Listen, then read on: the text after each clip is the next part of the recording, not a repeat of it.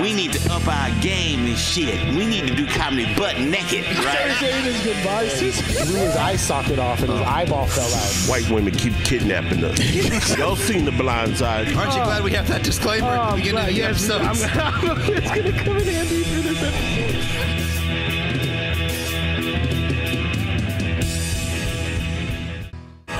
This week's episode of The Voice Party is brought to you by Big Boy Raps. Get your car wrapped by some of the most experienced and skilled in the Bay. Big Boy Raps, where the big boys play. Ladies and gentlemen, boys and girls, and all watching all over the world and listening, it's time for everyone's favorite podcast, The Voice Party. To my immediate right, we have comedian extraordinaire JD Arendia. We've got singer extraordinaire Marcos Molinar. Yours truly, Black Joaquin. You've got comedian Corday Snell. And Phil on the ones and twos, expert ex-producer, and our auspicious guest today. He is the host of the Go to Work Fitness YouTube channel, also the co-host of the Go to Work Fitness podcast. He is producer of many of upcoming event here in the Richmond, California. Evan Francis. What up? What up? What up? What up? You already know it feel good to be here, man. I got to do it. Can I do it? Yeah. Do it. All right. What's up? What's going on, people? It's Evan LG Francis, a.k.a. Mr. Go to Work. You already know what it is. Good to be back at the Voice Party, man, with my brothers, my folks, my family, man. This is dope. New set, new everything. Yeah. Thank you for coming out, bro. Yeah. Nah, thank you for having me, bro. I'm like, I want to go to a wrestling show again. Yes. That was dope. So what did I have? I had band practice that night, so I couldn't make it. Man. I saw the pictures, though. Yeah. It looked amazing. It was That's fun. so cool. There's a lot of people there. It was a ton of people there. Hearing the, like, in person, is a trip. Yeah. It's a trip. It's like, even, like, I mean, I don't know any of the wrestlers, but it was still like, whoa, like I'm involved. Like, you know, can feel the pain. You can feel it, right? Yeah. So how do you get? I was gonna say, for the listeners who don't know what we're talking about, let's talk maybe about let's provide some context. Let's give them some context. Tell them what we're talking about. Okay, so August 4th that just passed, 2023, we just did the first Lucha Libre show, pro wrestling show in Richmond in 15 years. There wasn't one in 15 years. It was crazy. It was crazy. We had you guys, reps from the Voice Party there. We had a lot of other local organizations there moving forward. Lions Club, a lot of other folks, came out. Tortas El Charlie, shout out to them. They brought the food. The food was good. Awesome. It was good. A lot of people came out, like you said. Like when we first put it out there, did nobody really think like nobody was gonna sell? But bro, we sold like 150 tickets pre-sale, and then like it was more people that showed up. And there's people on the side of the streets watching. It was crazy. That was crazy. So how does this come about? How do you set this up? How do you get contacted to work with each other? Do you hit them up? First, we build a ring. No, no, but like the whole process. The whole process of everything. I'm so curious about this. Okay, so it kind of ties into a few things. So give me a couple minutes with it. Cool. So I've always wanted to kind of do something like this. I've known Phil and Joaquin for like how many years, bro? How many years? 20. Goes 20? Back to like 2004. Yeah, bro. Yeah, like I've known them for hella long, like 20 years. So Jay, sidebar, how long I know you for? Little Caesars was 2009. So yeah, so just a little like 15 years. I've known this man for like 15. And we could do a whole episode on Little Caesars. Just based on that. We should one of these days. With D-Les, Jonah. Facts. We should do that. Somebody call Randy. Facts. But I always wanted to do something like this back in the day, because me, Phil, Joaquin, shout out to Ant, shout out to all the guys who were doing we were doing like backyard wrestling way back, like in our high school days, right? Brutal videos. Like crazy shit, right? Like the craziest shit. And based on the algorithm now, you probably wouldn't be able to show some of that. Yeah, facts, bro. Facts. It'd be like way too violent, right? But like we would do that stuff, and then we would always talk about like wanting to get into like wrestling, like for real. We were all like fans, right? Like super fans. We would be into the shit, like really, really into it. And I don't know, as we got older, you know, time passes, everybody's doing their thing. I'm feel fortunate enough that all of us have kind of been able to do something that we want to do and that we enjoy doing. But you know, work is work, and so I kind of drifted off into just living life and doing all that until I started this business. Okay. Lost the weight and all that, and then I was like, okay, well now, after I've lost the weight and I got healthy, I feel like maybe I can kind of jump into this, right? Like I'm athletic enough to jump into wrestling, right? So met Gabriel Ramirez, who owns Pro Wrestling Revolution, which is the lucha company that Put it on. ran the show. And this was at WrestleMania weekend, I think, like maybe 5-6 years ago, like when they came to the Bay, when the WWE came to the Bay. Gabe had a show. Yeah. And Gabe had a show out here, and so just by like chance, I wound up going up to him, shaking his hand and everything after the show, because I always just like to endear myself to people who run shit and do the different things and make moves. I don't know why, just even from way back, that was always me.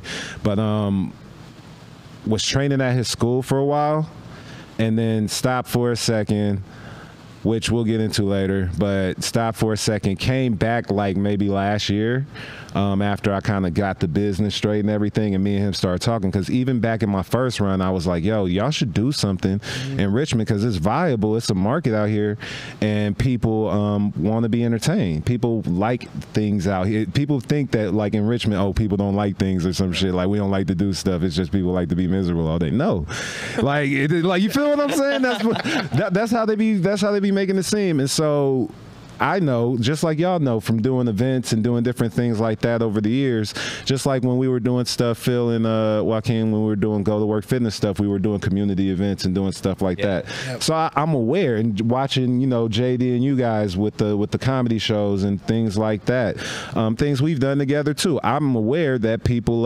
want to be entertained, and we have a bustling community of performers out here, artists out here, and movers and shakers out here. So especially interactive shit. Yeah. And that was my thing. Yeah. And you know, the one thing we have out here right now is like a really thriving youth community. A lot of young people, a lot of very bright young people, and it's about what you put in front of them right now, right? So if we put the same old things that we have in front of them, nothing's ever going to change, because we didn't really have much out here, right?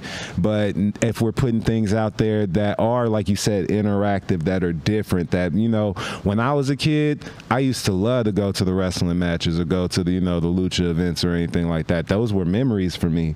And a couple people were telling me at the show, like, those were core memories for them, you know what I mean, for the city, for their kids and stuff like that.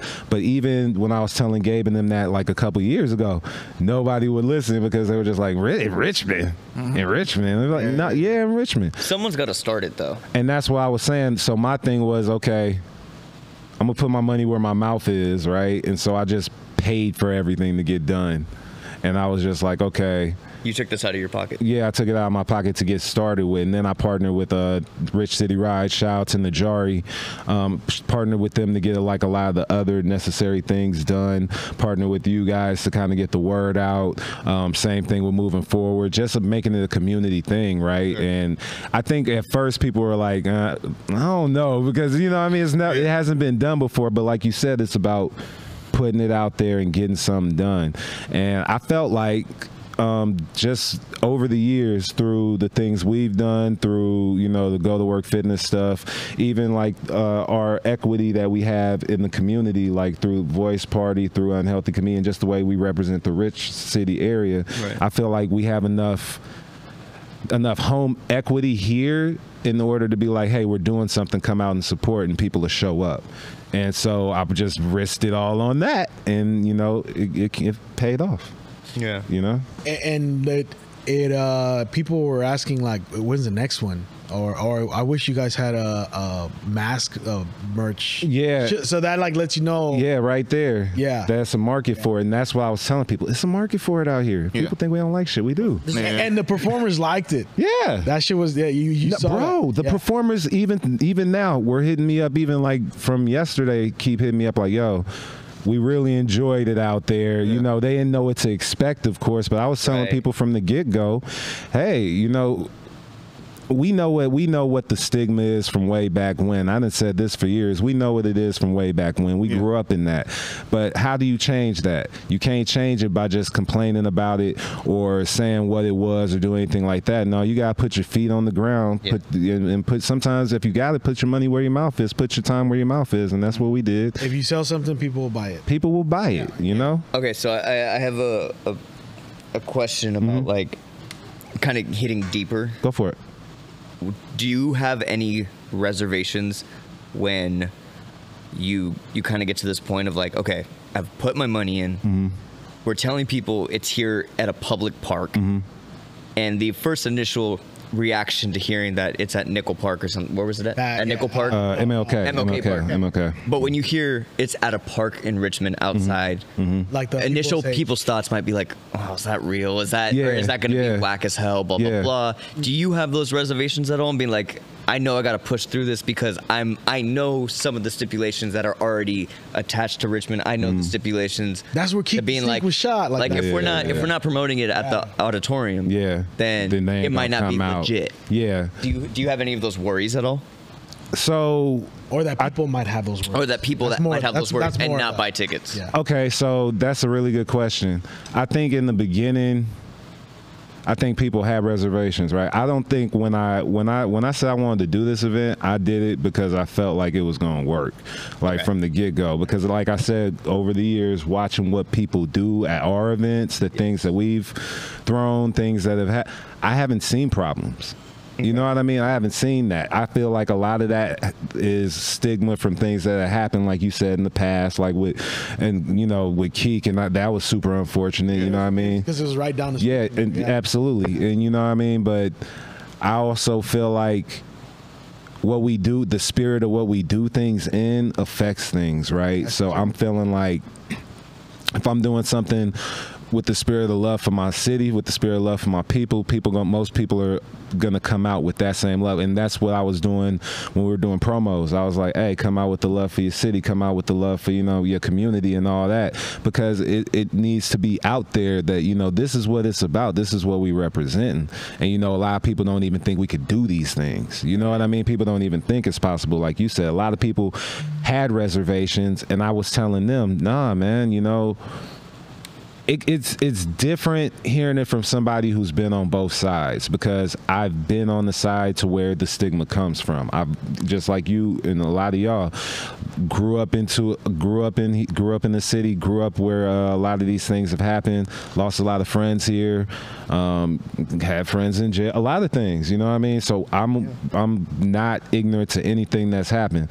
What I do understand and what I do see is especially now within the last few years, being able to hang out with these youngsters, being able to hang out with, a lot of these people that are coming up, and seeing just the core of our talent base in our community, whether it's our performers, whether it's people that are doing whether it's the young people that are interested in coding or tech or anything like that, because I get to meet a lot of these people now, right? They're working on they're and doing different things. There are a lot of bright minds here, and they can't help what the city did before. You feel what I'm saying? Yep. So what do? Do we sit over here and talk about what was going on back when forever, or do we sit over here and make the next 10 years the building blocks, the foundation for when these kids be like, this is the Richmond I know, where something like this is going on all the time. Like in the future, they're gonna. Oh, I remember going to comedy shows or rollerblading, or lucha events. And these are they memories of the core city. Memories. They're core memories. They're core memories. And that's what I I'm like saying. Is seeing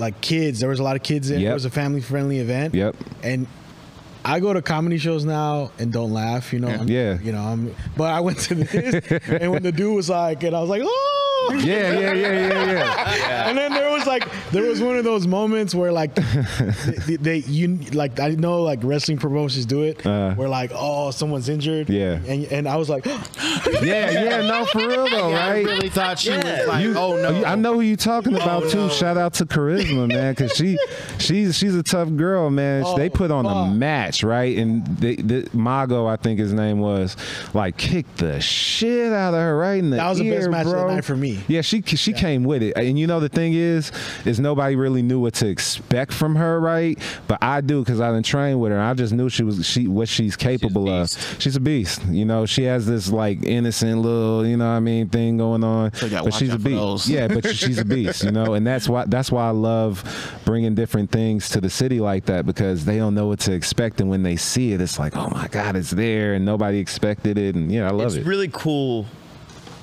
to see that this went off so successfully. Yeah, because I hear stories, like I was a little too young, but like when WWE came to Richmond, Auditorium. Yep, Auditorium. You know about that? And then they used to come. They used to run little shows in the auditorium, like the small house shows. But I guess really like small house shows. One of the last ones, I guess they like set up and then randomly just started breaking down and never came back. Never came back. And so you hear horror stories like that, and you're like, oh man, like we don't have wrestling in Richmond. Like they'll never come back. I remember they came to Oakland. They brought SmackDown to Oakland at one time. I went to SmackDown in. It was a few times. Yeah, but it was like the first. I think they had just started doing SmackDown, and then I think it was like a year or two in, and they brought it to Oakland. I was like, Mom, please stay with your mom. She's like, who wants to go see wrestling? And then I was like the loser because all my friends was there. She's like, oh, I didn't know it was out here. I thought it was somewhere else. I was like, I said it was in Oakland. Like, what are you? Yeah, man. I just have those kind of memories, man, going back and seeing like Shawn Michaels and Bret Hart and all those guys really. I'll tell you, the first time we went to SmackDown and Kane happened to come out. Yeah. Right? He was always he was always a Raw guy. Yeah. And he like made this like, it was like this crazy, they're filming. It was like, holy shit, Kane's here. He comes out and we're like pretty high up, I would say. And it was the first time he, throws the fire comes out. Flames. And we were like, how the fuck can we feel the fire from all the way over here? Bro. Yeah, this bro. is insane. Yeah. And it was and hearing the kicks from all the way up there. Yeah. And, like you don't care how it happened. Yeah. It's just a feeling, right? You know that it might be planned out, whatever. Yeah. You lose all that when you're all that. Yeah. And that was the thing. That's the whole thing. It's like, oh my God, they got, you forget. You lose it. You just no lose matter it. how old you are, and I think that's what people forget about like wrestling fans is when you go there, you literally become a kid again. I saw adults. I'm a kid again. I saw adults really live action comic book fights. Yeah, bro, and the adults were really into it. That's a great point. Yeah, the adults were like great way to explain it. Super reactive and just like the kids were, and that was a crazy thing. And I was gonna say that's one thing I talked about this on social media. What I loved about the event is you had all these people from different walks of life. Yeah. Left wing, right wing, everywhere. Take it to politics. Right. No, it don't matter though. It don't matter. I see where he's going. I see where he's going. But you have all these different people, all these different beliefs, all these different walks of life, and they all came together because they all loved this one thing. They all love this one thing. Like nobody's pointing fingers at anybody. Don't matter. Everybody got along. Everybody had a great time, and that's what community needs. That's true. Nobody talk about politics. We need to unite over differences. No, but I see where he's coming from because he's right. We always give him a hard time about that. No, I feel you. But the thing is, he's right though, because that's kind of what I was betting on though, right? Because we have those little dividing factors sometimes in the community, right? I seen people from Point Richmond coming down to MLK. I seen, everybody coming out. We already know the strike. You feel me? And Point Richmond. To come down, and they were down there, and they brought their kids, and they had a blast. You know what I mean? And everybody, like you said, no matter where they were from, what race, what religion, like that's why I bet on it, to answer your question like in full circle, is because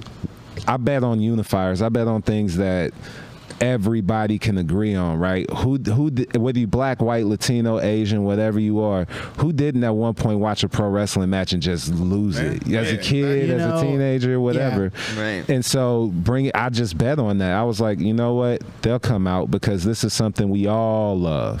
I still pro wrestling is one of those things that if you get sucked into a good show, you're like, you know what? We'll worry about the revolution tomorrow. Exactly. And you know what? It's a perfect thing because one, there's there's not really anything like that going on. Yep.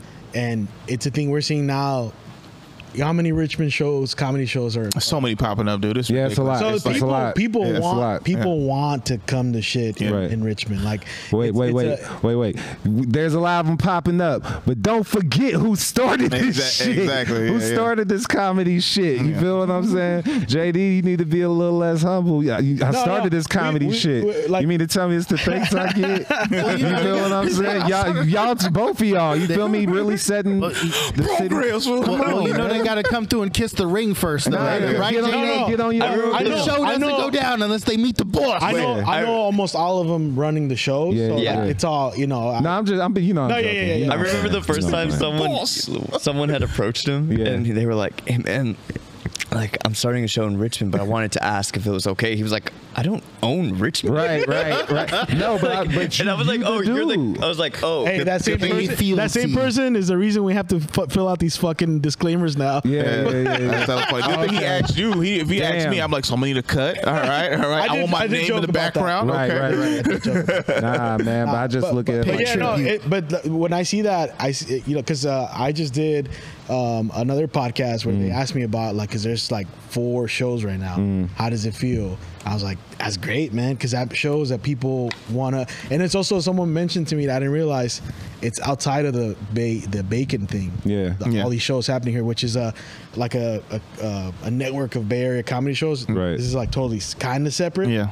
And it's dope because people are starting to see comedy as a Richmond hub. Yeah. And that for comedy, that's dope. It's different than what you're doing. Big facts. But it's I've always thought Richmond could be a comedy hub. Yeah. Because most people always thinking, because I started looking at oversaturated spots, and it was always San Francisco. People always want to like a show in San Francisco for whatever reason. I'm like, you got to compete with clubs. And then Oakland, I'm like, you need more out there. Then like Berkeley is always like hit and miss, but I'm like, Richmond is right here. Right. It's like it's near those spots, and especially where we live, I'm like I want to be able to just get to a show quicker because it's near me, kind of a but thing. it always go back to what we were talking about, the stigma of what people just didn't never feel like they wanted to come out here because they thought they was gonna get shot or robbed. We had that. Yeah, we had that for the first shows, big time. The first shows, comics were like, oh, this is a setup. They're gonna rob us. I think it doesn't help though. Sometimes when it does happen. Oh yeah, but you know what though? Not at the shows. It does deter people. Not at the shows. And I agree with you there, but I feel like we're at a rate now, right, in Richmond to where it's like we're better than Oakland and shit now. Yeah, you get better than San Francisco too. I want to go on record. I want to go on record to say that at any of my shows or Voice Party shows, no one's ever been big. Here. Ain't nothing happening. Nothing's ever happened. Yeah. But nothing's ever happened. Maybe someone got a DUI leaving the show. Yeah. That ain't on me. And it happened in other cities. It's like they left the show, went to a bar, and then got a DUI when they left that bar. So we're not directly connected. Right? They got laughs at our show. Yeah. No fights. No nothing. Never. Nothing. Never. We've had genuinely good Voice Party production comedy shows. Very clean as far as weren't belligerent. Except for that one time Marcos was drunk and playing people off after 10 minutes. No. Let's set the record straight. He was just trying to keep some order. JD goes, "Hey man, can you run the comedy show? I'm sick." I go, "Cool." Didn't give me any instructions. He said everyone's going up. But then he gets fucked up. That's what. If I don't know what to do, I got sober. It's fine. Hey, but there was a comic on in the middle of setting up the tell me. You didn't. That's why I fucked your bitch, you fat motherfucker. I was trying to play the funniest songs I could think of to introduce people. Yeah. It wasn't in the middle of that. He's been saying that so much that he believes that did not happen. The comics told me. No, that didn't happen. No, I know that for a fact. How do you know you was drunk, Marcos? No, I know that for a fact because I wasn't blacked out. I know that. But there was the last comic. He didn't tell me. He did not tell me that he wasn't getting 10 or 15 minutes. Fuck. He said everyone's getting 10 minutes. Oh, that's getting hella loud. Super loud. But, sorry, that's the fan. You good. But he didn't tell us he didn't tell me that the headliner was practicing his 40-minute special. Yeah. At that show. Okay. So at 15 minutes, I kept giving him the light. Yeah. Kept giving him the light, and this dude was like calling me out on stage. And he was like, "Why do you keep giving me? Who told you were the headliner?" Yeah, he was like, yeah. I'm like, JD never has like big headliners that do 40 minutes at a show. This was like new to me. Right. And he didn't give me any instructions. He just went to the back and just didn't stay at the show the whole time. And so I was like, okay. And then after the show, he was like, "Oh, I forgot to tell you, he was doing a full set." I was like, "Thanks." Now I look like a fucking jackass. Yeah. And I still made myself. Marcos. Yeah, That's what that's called. It's okay. I did go apologize to him at your But special. that's never happened ever since. No. And that's the thing that like I made my amends to him. It does like the other events that I did before comedy that did get violent, bloody. It also depends on, like you said, the intention that you have. I was gonna say that again. Yeah. Intention is a big deal. It is. Intent is a big thing. Like one event we had where it's like, "Hey man, I'm not feeling this rave shit. Play some slaps," and then people throwing up their hood. And then Yeah. It's bad. It goes bad. Shit. But it always go into intent. It always You definitely have to to be mindful when you're putting on an event. You know? Yeah, absolutely. What it is and what it's geared towards, like that's it could be. I mean, it's been like, a lot of those like things you've been involved with now, like shows in that area. It's been where like at the Bridge Art Space, no one ever got bipped. Nobody ever. No one ever had anything. any kind of funky whatever. Never. No, none of our shows that we've done together. Never. Those, I gotta say, those were some of because that's where we met you guys like officially. Yep. Like we had met you guys at the first 5K run. Yes, we did. But like really getting to know each other, that was the start of it. Yep. Those shows. That shit's crazy, right? Everything kind of just how everything kind of connects. Have you thought about doing something now that we've learned from those kind of situations and like keep trying new things, having new people? Have you thought about doing something like that again? I'm thinking about stuff like that. Like nothing's really off the table right at this moment. Like I feel like because it is like we learned some stuff, right? Yeah, like absolutely. the show couldn't be too long. Yep.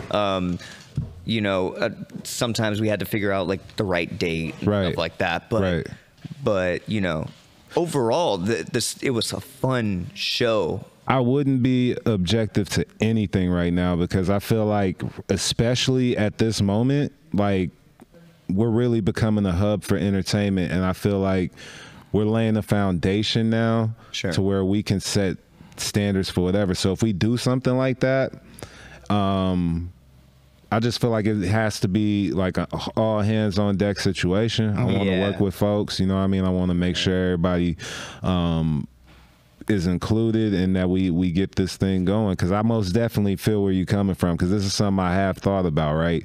I look at it like nothing's off the table, because at this point I feel like the door is open between what we do at GTW, what you guys do with the 5K, like you mentioned, different things like that. I feel like it's leading to something like that anyway, right? And we're looking at things and we're starting to plant the seeds for different things, like you said. The reach is getting bigger too. It's getting bigger, and the thing is, because of what we're doing, it goes back to what I was saying before. What do we do? Do we let everything stay the same as it was when we were growing up, or do we actually plant the seeds for change? I feel like in ways that you probably don't even think of, you making change in how you like really drilled in the comedy scene, you know what I mean? That made it cool for people to come out here and be like, you know what, I can do a show out here and it'd be cool and it'd be safe and all that. But they wouldn't have did that had you not did that, or not as quickly. Right. The same thing with, you know what I mean, with the lucha and the wrestling stuff, right? People didn't think, oh, we could house a place that could build a ring that could let people do it, and nobody's gonna steal it, nobody's gonna do nothing to nobody, you know. If anything, they're coming out to see a show that they haven't seen or ever seen. So you're gonna get a more rabid fan base here than you would get anywhere else that's spoiled and used to it. And a lot of these families, a lot of the people that come out don't travel. No, they don't. That shit. No, and that's the thing. It's on and it's on the city, and it's on a lot of other people too, officials, the mayor, all them people. And I just, you know, the mayor was at the Lucha show, which was pretty cool. We did that segment, which was, I dropped him. That was crazy, bro. Like that whole thing was crazy. But it's on those type of people to make it also, because I want to bring this up, it's also on them to make it easier, more accessible for members of the community that might not have like financial resources or anything. You price a lot of people for that permit that we had got. It was like $1,200 to get the permit. $1,200? So yeah, $1,200 to get the permit. So I can talk about it now because it's over. But like, but if it was anybody else, or somebody else, you know, that couldn't have afforded that would have just been an idea that never happened. Yep. Right. Yeah. You know what I mean? So it's or just like, not even not be able to afford it, but like not put the work in to make to it do happen. it. Either one. Because right? I cannot afford something right now, but if I'm like, I got this idea and I really want to do it, it could be done. I can make it do it. Yeah. And thank God for those people Yeah. that let you do their shit like basically for free at their Yeah. 'cause, you know. But I mean, That's same thing what with I'm moving saying. forward. If Yep. if you know, if Anselmo them never took the time to be like, I'm gonna actually try to make this first 5K work, None of that would have happened. none of this would have happened. Yeah. And did you do it? This yeah, I year? hosted this year. How was it? My dad ran it. It was we really had a good. show coming up. It was on the Craneway, and they had like another like 200 some people there, bro. That's it what was, he It said. was great. Like That's amazing. And like you said, coming from hosting like the first or the second one, I forgot which one I started hosting on, but like I think I'm one off on when they started, but we were there and covered the first one. Yeah. Right, we made an entire episode. Yeah, we made an On the entire first on the You were first you one. were the like the stretch. Yeah, the stretch guy coordinator. for the first one. Yeah, and then I started hosted the rest second of one. them. Yep, like everyone since. It just evolved. And that's what I'm saying. It's really cool to see every year where things go. Not even just with them, because there's a whole thing I could say about them, but like just seeing everybody, where everybody's starting from, even with the podcast, even with, you know, what I'm doing, right? Like everybody's moving, their trajectory is going up, and and every time we sit down, you know what I mean, and do one of these interviews, it's like we all in these Checking different back in. stages. You know what I mean? We're checking back in. Yeah, we're checking back in. You were and the every first time- guest. and that's crazy, right? That's wild to think This about. is season 3 now. Remember last Damn, bro. Damn, that is wild. No, it's always an honor to be here. But just looking at where they started at, like you said, and shout out to Anselmo, Lady Diane, all them. Rich City Rides. Rich City Rides. Just seeing everybody, where everybody's coming from. And the cool part about it is being able to progress together, and then being able to take everybody and be like, okay, we progressed far enough to where now we should work together, and where we should all do this, and I can contribute equally, and we can do this, and you guys can do this, and we can do this, but everybody brings something to the table, because we've all raised our stock like that. Yeah, and that's like what we were talking about. We talked about this a few months ago, where it's a crazy idea to bring like a big comic to the auditorium. Right. Like Not I feel so like much now. if we got everyone together, like we could probably pull it off. It takes not impossible. See, the thing is, it's not as far as a stretch as it was that you would have thought it was. auditorium. I know you. I wouldn't be mad to do it. I mean, see, the thing is, if you do it, we would have to fill it up in order to make it worth it. but that's And it's like- that's the risk of the auditorium, and that's why I talk about with these city officials and all these other people, and even the auditorium itself, whoever run that, right? Because it'd be a big thing for Richmond. It would be a huge thing for So Richmond. we're talking about the Richmond Auditorium? Yeah, yeah. Okay, I was sure what about you this too, though. We've done like pretty small events in the auditorium. Yeah. I wonder if we could say, If the city takes like a certain amount or something like that. or Okay. no, I mean, not even that, but if you just say, hey, it's like 20,000 people. How many people in there? 20,000. No, No, it's no, like no, it no, ain't nowhere 2,000. 2,000. No, 2,000 at the most. Sorry, 20,000. Like I think that's the pride. Where you can, I think it's 10 now. 10? So it's 10. So Almost went down. yeah. So but it's still a lot though, right? That's It's still a shit lot. ton. It's a lot. But Oh, yeah. but no, I'm just saying though, like it still is a lot, but it's gone down to where it's feasible. Yeah, that's what I meant. You Yeah. feel what I'm and it saying? would be like because it would be that Yeah. security, Yeah. all that other. But I feel like if you Yes. put people together, like Yeah. you were saying, and everybody puts in, like, okay, we all put in 2-3K. Yep. Yeah. And we all, you know what I mean? We all go like big that. return back. It's a big return back. I thought about we that. all win. I think about that because you're like, man, if we saved up $2,000 or $3,000 each, right? It's a hit. Each group. But like, let's go into this saying, we're gonna work our asses off. Yep. But we're probably gonna lose our 2 or 3K. But let's just say like maybe. Let's say we even break even. That's a great. That's fine. That's fine. Yeah. But like you go and we actually are successful in that, right? Oh my God, dude. Exactly. That's how I look at the that. biggest. That's the biggest reward. But right? that's how I look and then at if you things, lose though. 2,000 or 3,000, and we work together, we didn't lose 10,000 each. I don't- We're not. That's something we can recover from. I agree with you there. Like something like what we had in mind would bring out people outside of the Bay. It would bring people outside of the Bay and potentially, Or sorry, outside of Richmond. Yeah. Yeah. Outside of Richmond. and it would be a cool destination spot. Yep.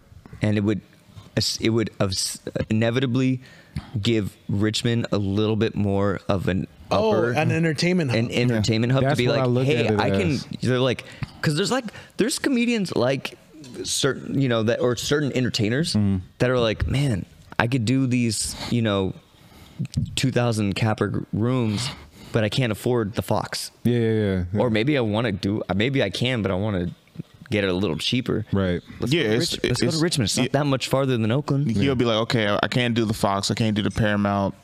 Some communities are doing the Palace of the Fine Arts, but it's like the in between of that, we can go to Richmond. Yeah. Richmond. And then that's like, okay, this is And the that warm way- up. That's where I'm it looking at. feels like an arena. Yeah. It's set up like an arena. Yep. But that's why I look at it as and it's a space that's available. Yeah. it's there, and that's why I look at what we're doing as like little marches towards that, because like when with the lucha, right, I feel like if I can translate that over within the next, say, year, I can promote a big show.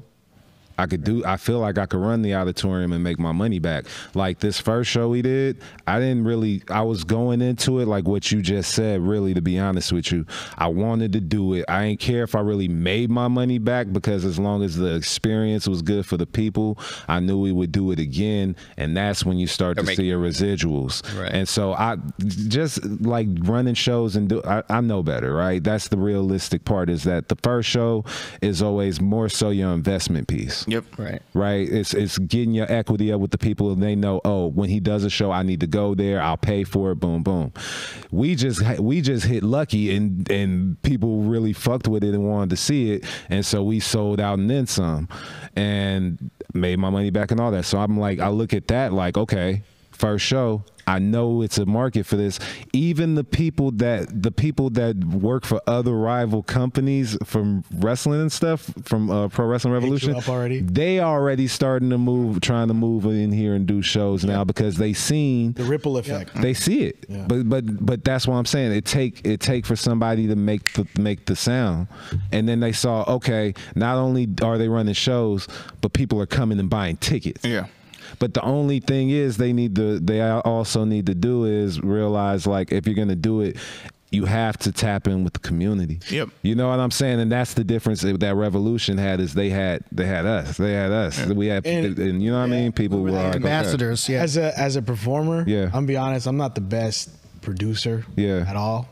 But as a performer, when you see a show that's cracking, even if it's, can I get on? Yeah. Even it's like, I've had comics that are doing shit I have never done that I was like, whoa, and they're like, oh, I want to do your Richmond show. Like, what? Like, okay, cool, yeah. No, that's dope. thing. That's dope. And that's, as a performer, if you see that the shows are dope, like that alone, like, makes you want. So if the wrestlers saw videos of other wrestlers having a good time, that's the thing. there's 5 people like, clapping.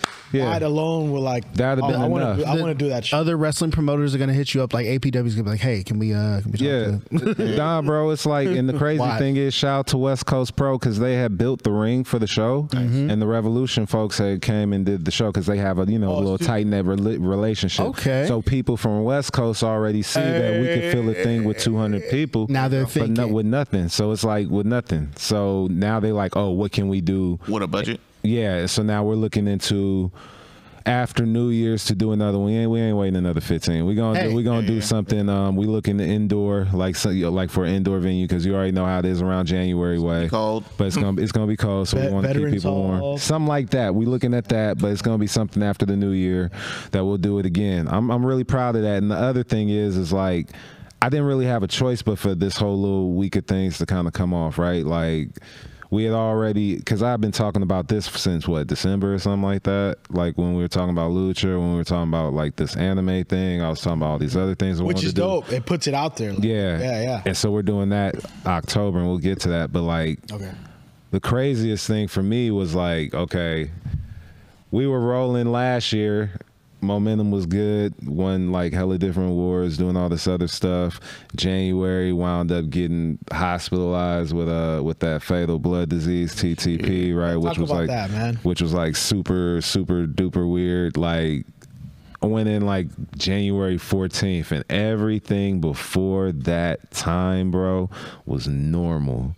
I was in the best shape ever. I don't know what it was or what the trigger was, but apparently, like, TTP is this blood disorder with like a 70% mortality rate. Like, they were talking about, like, I was supposed to be dead. Damn. Like, when the symptoms had hit me, like, I wasn't even supposed to, like, you supposed to be bedridden, blood spots all over your legs, blood coming out your eyes and nose and all this.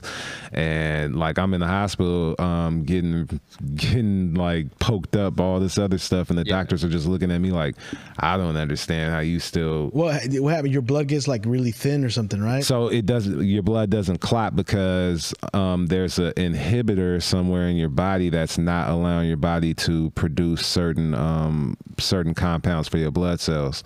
So then your blood can't clot. So and it's so bad that your blood can't really reproduce. Your cells can't reproduce. So if my blood count get really, or if you're anybody with this blood count get really low, you're just done. You die. Gotcha. So I had like a blood stroke that kept me in the hospital for like a month.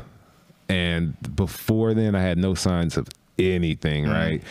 And so they were telling me, oh, we don't know what's going to, 70% chance you're going to die. You might not make it out the hospital. And so in them moments when they were telling me all this, I remember like getting up middle of the night, like midnight, getting up, sneaking like out the bed and like doing push-ups, doing little shit like that, hitting squats and shit, just kind of like keeping myself going, being defiant. Because I told them when they said like, oh, you're 70% chance, or majority of people who have what you got, you know what I'm saying, don't make it. I was like, when have I ever been the majority of anything? When have I ever been in the, you know what I'm saying, within that? Not to sound like cocky or anything, but I just feel like I don't accept.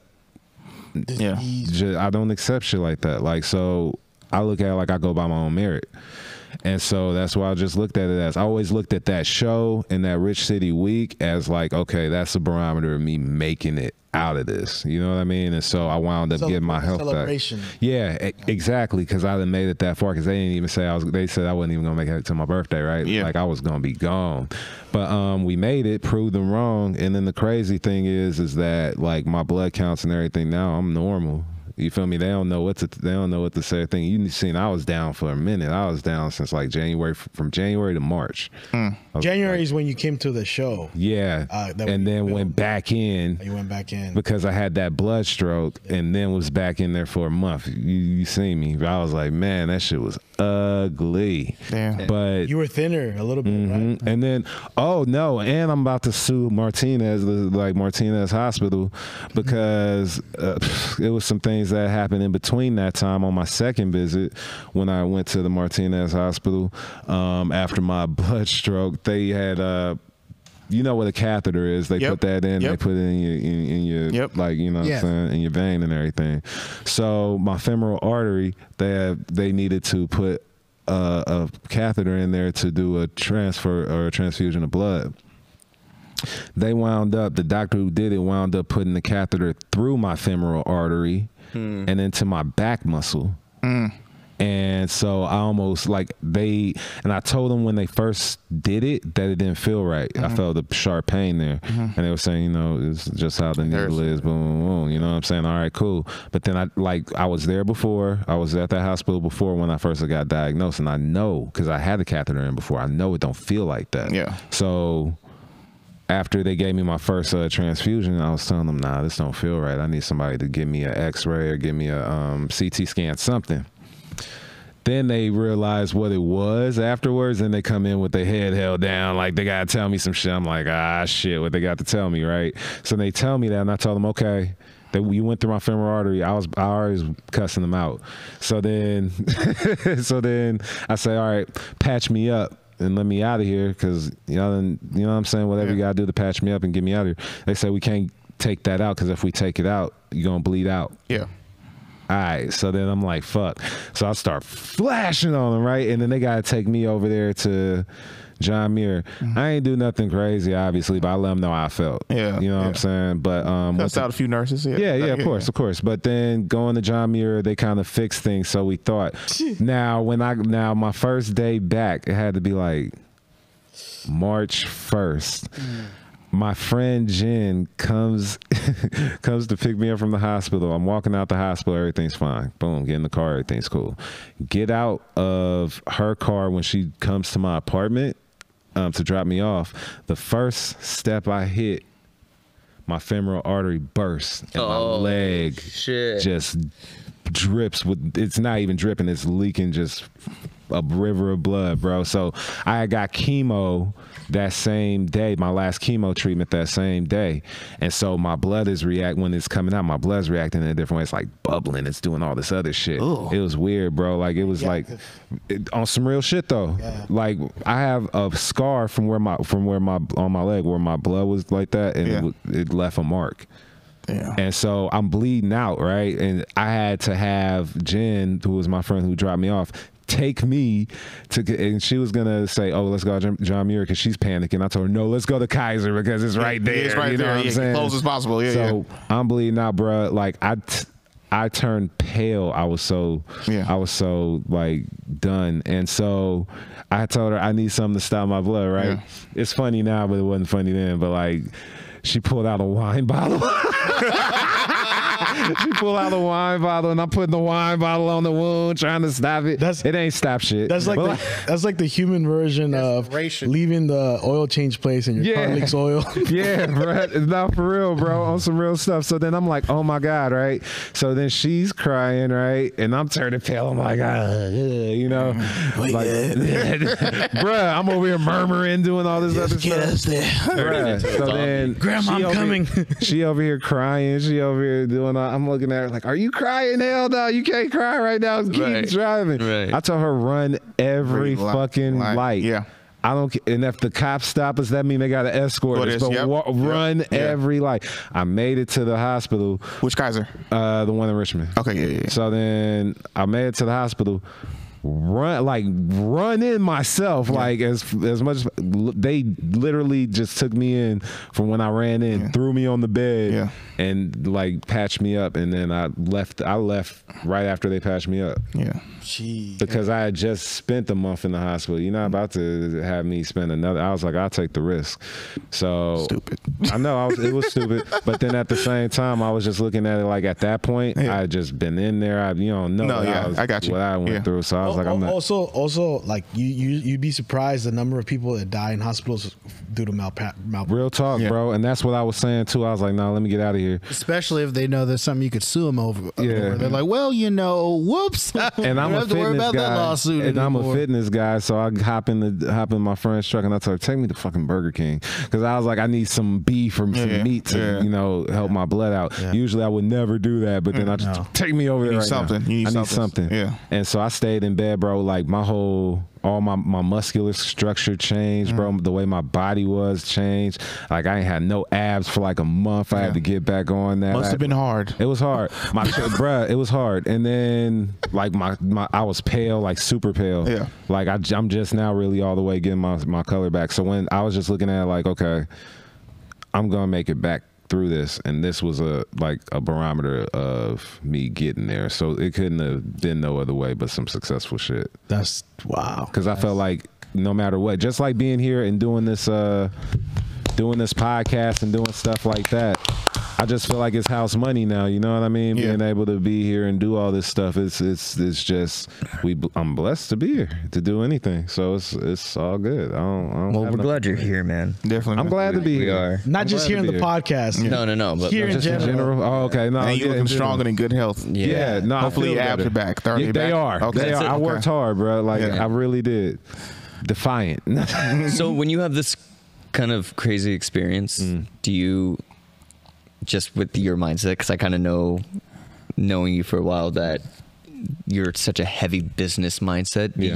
Do you come out of this being like, yo, I can't take nothing for granted now. I got to go hard. Absolutely. It's even like for me now, it's even more urgent. Right. Because like everything needs to have, if I want to do it, I have to do it. I got to. And I noticed like it's not just that, like this kind of stuff, like you treat yourself to more things now. Yeah. Just like I go out a lot more. Yeah. Yeah. I do a lot of that stuff because it was things that I wanted to do, that when I was in that hospital or in that mode or in that place, I was just like, I should have did that shit. Yeah. Or I should have, you know what I'm saying? Yeah, so I don't hesitate now. I most definitely go out especially now. Like I feel like, to what you were saying, I feel better. I've taken care of myself. Like since I got out the hospital, I really made sure that I took care of myself. Right. And, I work hard and I go hard, and I feel like it has to be a combination of things now for me, because I have to not hesitate on the opportunities. And my biggest thing is building a legacy. Like I look at things like, and I was thinking about this when I was in hospital too, like, I've done this, I've done that, I've done this, I've done that. But then like, if that's it, if this is over now, right, while I'm there, if I don't make it out this hospital, am I satisfied with what I did? Like, do I feel like that's a good enough body of work to describe what I've put in, right? Like what I've worked towards. I don't feel that way yet. I feel like there's still more to do. I feel like I have a lot of really cool things to do, even with you guys, like stuff like this. I feel like there's just a lot of opportunity to make great history in the city and beyond that. I just want to say something, because like during the, like before you went to the hospital, we kind of had a disagreement. Yeah. And it kind of was a weird place in our friendship, first time in years. Man. And without getting into specifics, we don't have to get into it. But like when I saw you were at the hospital, I did reach out to him to tell you that, like, hey man, like, I love you. Yeah. Like, I hope you recover. And it was, I wasn't expecting to see you at the show that day. That's the first time I saw you since that. Yeah. And we gave each other the biggest hug, and I there were some tears. Yeah, of course. Because I was happy to see you. It was real shit, again. Yeah. And that also kind of, sometimes you get kind of, caught up with this shit, like this dude could be gone tomorrow. Oh yeah. And that, it was like oh shit, like he's in the hospital for a while. And I did think about that. Like, I don't, like,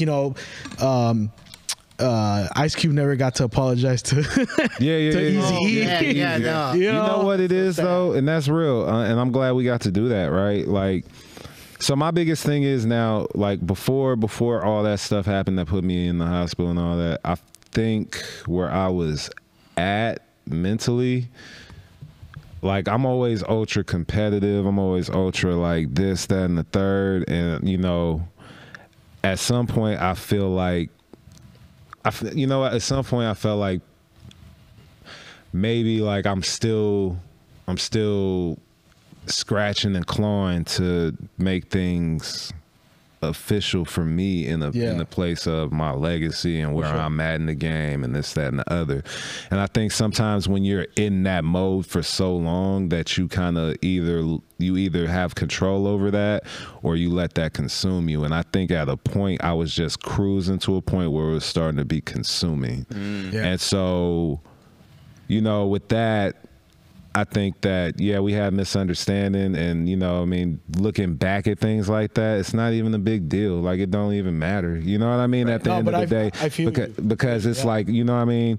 When you look at the body of work of friendships and stuff like that, I look at, you've been my dog for way longer than anything. When I did my Shark Tank audition, who took me to Shark Tank? You did. Oh, shit. So, yeah. So, I mean, yeah, this is real talk. So, it's like the real thing. That was a, like, I've never heard the story. No, Yeah, yeah. that's why I'm like, what the That was a rough time. I've heard for me. part of it. I had no idea you. That was a rough time for Yeah. me financially, Yeah. and my girlfriend at the time bought us Yep. food afterwards. Yep. She was the one that would, like, you know. Yep, that was dope. That's what I'm saying is history there, right? So then I look at stuff like that, and I'm like, and I'll get to the Shark Tank thing in a second. 'Cause Please I know do. y'all wanna, Please do. I know y'all want to know, but It was right down the street from Comedy Oakland. Yep. And so yeah, it was a whole open. They set up open some- cast. they It set was up- dope, bro. It was dope. But just the history there, it'd be like me being mad at him or me being mad at him, right? It don't. When you're friends long enough, you're bound to have some shit. Yeah, yeah, and that's what I'm saying. It's like at some point Yeah. the friendship has to outweigh your pettiness, Yeah. right? And that's where I'm at with it. It's like.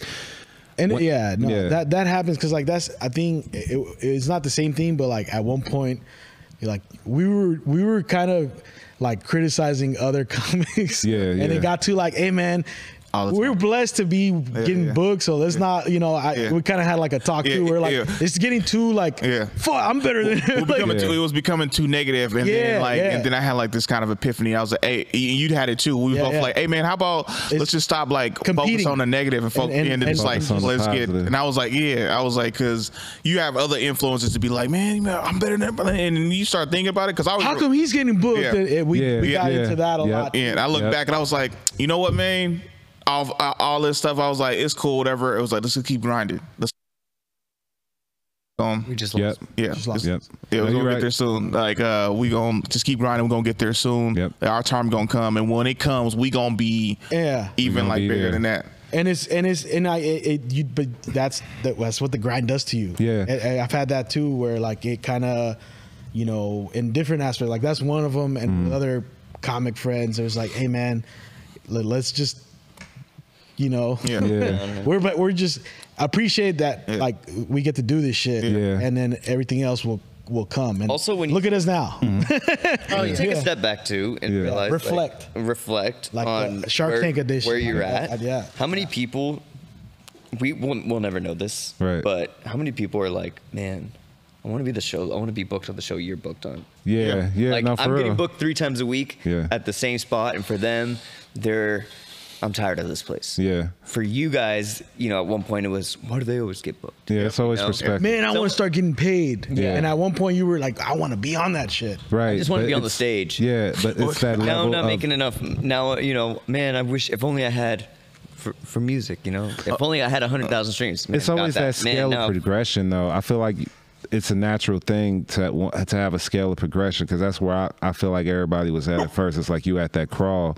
Like when I was first doing training, right? I ain't had no house. I'm like, oh damn, I need to get a house, and then I got a spot to stay at. Then I'm training people in my house, and then I'm like, okay, I need a gym. Okay, made me a little gym. Okay, cool. So now we're looking at what are we doing now, right? Like where are we going? Being able to do events, being able to do this, being able to do that, and everything is a progression thing, right? And it really always comes down to, from what I've seen, like it's like who give up and who don't. Like who got it's a mixture of the talent and the grind. It's like who give up and who don't. I've seen people get it a little later than they thought they were going to get it, but it's because they stayed on the course, you know. Not everyone's going to be a 16-year-old pop star. Not everybody gonna do, but media and all that got people jaded to thinking that's how it always go down and how it always happens. Like if I don't make it at 16, I'm just gonna quit right now. You know how many people, my roots is always gonna be in personal training and stuff like that.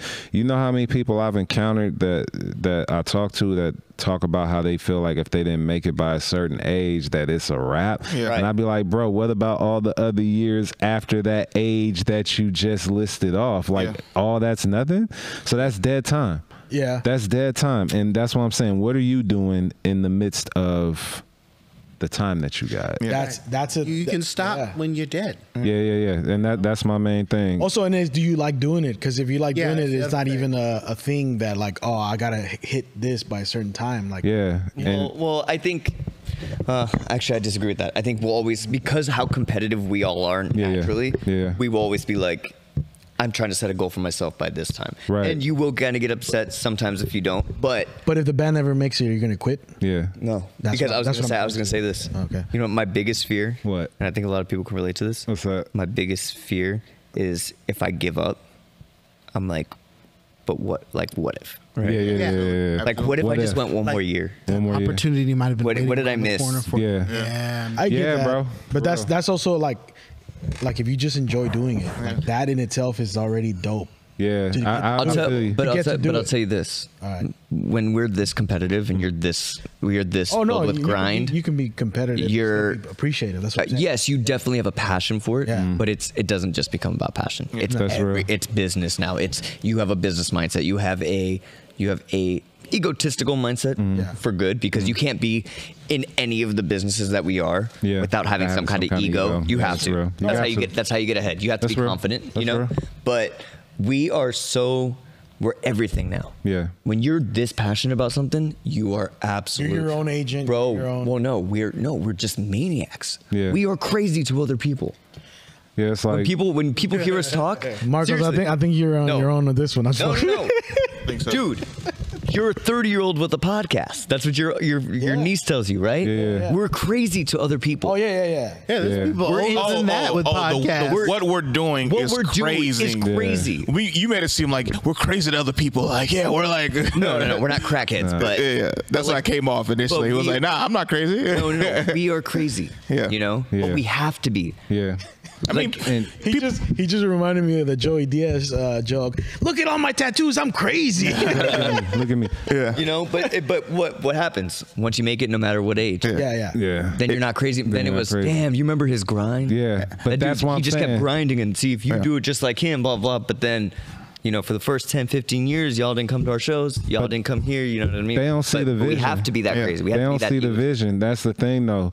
That's why it's your vision, right? That's why it's your vision. Nobody ever sees what you see, because most people are only as good as their own experience. Where, how far they done been, how far they went to, and this, that, and the third. So if they haven't seen it, they can't perceive that. So sometimes you're the example of that success, Right. but it depends on how you've pushed. You know what I mean? So that's how I always look at stuff like that. People don't understand. Which is another blessing of why we meet people like us. Big facts. And that's why I say when we all have big visions, and it all intertwines. we understand. It all intertwines. How much time we got? We're pretty much about done. Okay, let me say give me 1 minute. It's all good. It's all For good. sure. Go for it. I want to say first off, thank y'all. Like, you know what I'm Appreciate saying? For having me and just for the, you know what I mean, support in general. Next time we might be in the studio. You never know. Yeah. Joaquin, while I'm doing this, can you bring that box over here? Yeah. While we doing that, because I want to show you something that's gonna freak you out. All right, but anyway, shout out to y'all for everything you guys do. For, you know what I mean, and over 200 episodes is wild, bro. Yes, I've been past it for a second, but just to get to that milestone and past that, Thank you, man. Thank big stuff. And the movie. We made a And movie. come on, you Don't know I'm forget about to the plug movie. all this, man. You know I'm about to, but just from that to Part the two coming Unhealthy out soon. Comedian, that movie, man. Check it out if you haven't. Amazon, Tubi, Plex, Roku channel. I know all this stuff. I can plug all day. What's the name of the movie? Yeah, man. You know I'm in the movie. Unhealthy Comedian, starring my boy JD Arandia, my brother Phil over here. He went ahead and directed that thing. He damn near did everything in that thing, man. So, you know, my bro's in it. You in that too? You in that For thing like too? 3 seconds, Yeah, but- he in that thing. You know, the whole Voice Party squad is in this thing. I'll be in the next one. There you go. Will be starring me. But also shout out to the San Francisco Cosmopolitan Lions Club, which I'm president of. Yeah. We're doing a lot of humanitarian missions in the Philippines, Africa, Mexico, all that. Be doing a lot of that stuff. And shout out to Fan TV Sports, which I'm now president of. So we on half of that thing. So yeah. Hell yeah, man. All right. So then Phil, before we go, I know you've seen Back to the Future, right? So this is fun. This is fun. You remember Marty McFly? fucking way. Hold on. You remember Marty McFly wore the Nike Air Mags? You feel what I'm saying? So they always ask, like, what make them special and all that. So obviously, press the lights, they turn on, they turn off, right? But then they lace themselves up. And they unlace themselves down. Hey. Just like them Back to the Future joints. If you want to see them, I got the authentication papers from the Michael J. Fox Foundation. Shout out to Back to the Future. Fuck? And then, hold on.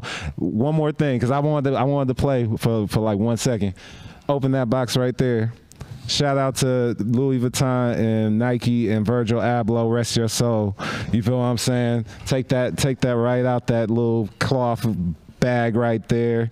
It got its own Nike Louis Vuitton cloth, and we got that Louis Vuitton Virgil Abloh all gold collaboration. You feel what I'm saying? Rest in peace to Virgil. Rest in peace to Virgil. So I wanted to bring them over there as a check. I know Corday. You feel me? I'm a huge sneakerhead. Yeah, for real. Shoe heads, man. So I just wanted to. I always come with some. Last time it was drink. I know most of y'all don't drink no more. So then I think I know next time. But I felt like we could appreciate some, I feel like shoes are artwork too. Things like that are artwork. That is I feel like, some shoes dropped yesterday and I was like, fuck, I couldn't get these just yet. Yeah. But then that's why I say that's incredible. Look at where we were. I don't think I've ever heard anything Louis Vuitton. Look at where we were and look at where we going. And so I just want to thank you guys for having me. Thank you, man. And it's a pleasure, man. Check me out, Go to Work Fitness, everything, YouTube, Instagram, everything, man. We'll link all your stuff down. Please do. Shout out. Thank you guys. Richmond, I love you. Wait, close this out. We usually do that's been the voice party. We're out. Yeah. Do the outro for Go to Work. Yeah. Okay. You got to get up though. You got to get up. All right, check it out, man. Check it out. Matter of fact, I'll bring this up. I was about to say, you got to bring this up. Hey, you already know. Shout out to the Voice Party. Shout out to the whole city of Richmond, California. You know what it's been. It's been a great time with these brothers, with my family, and we about to get out of here. We'll see y'all next time, but until then, you know what to do. Eat healthy, speak healthy, live healthy. Go to work. Let's go. Shit.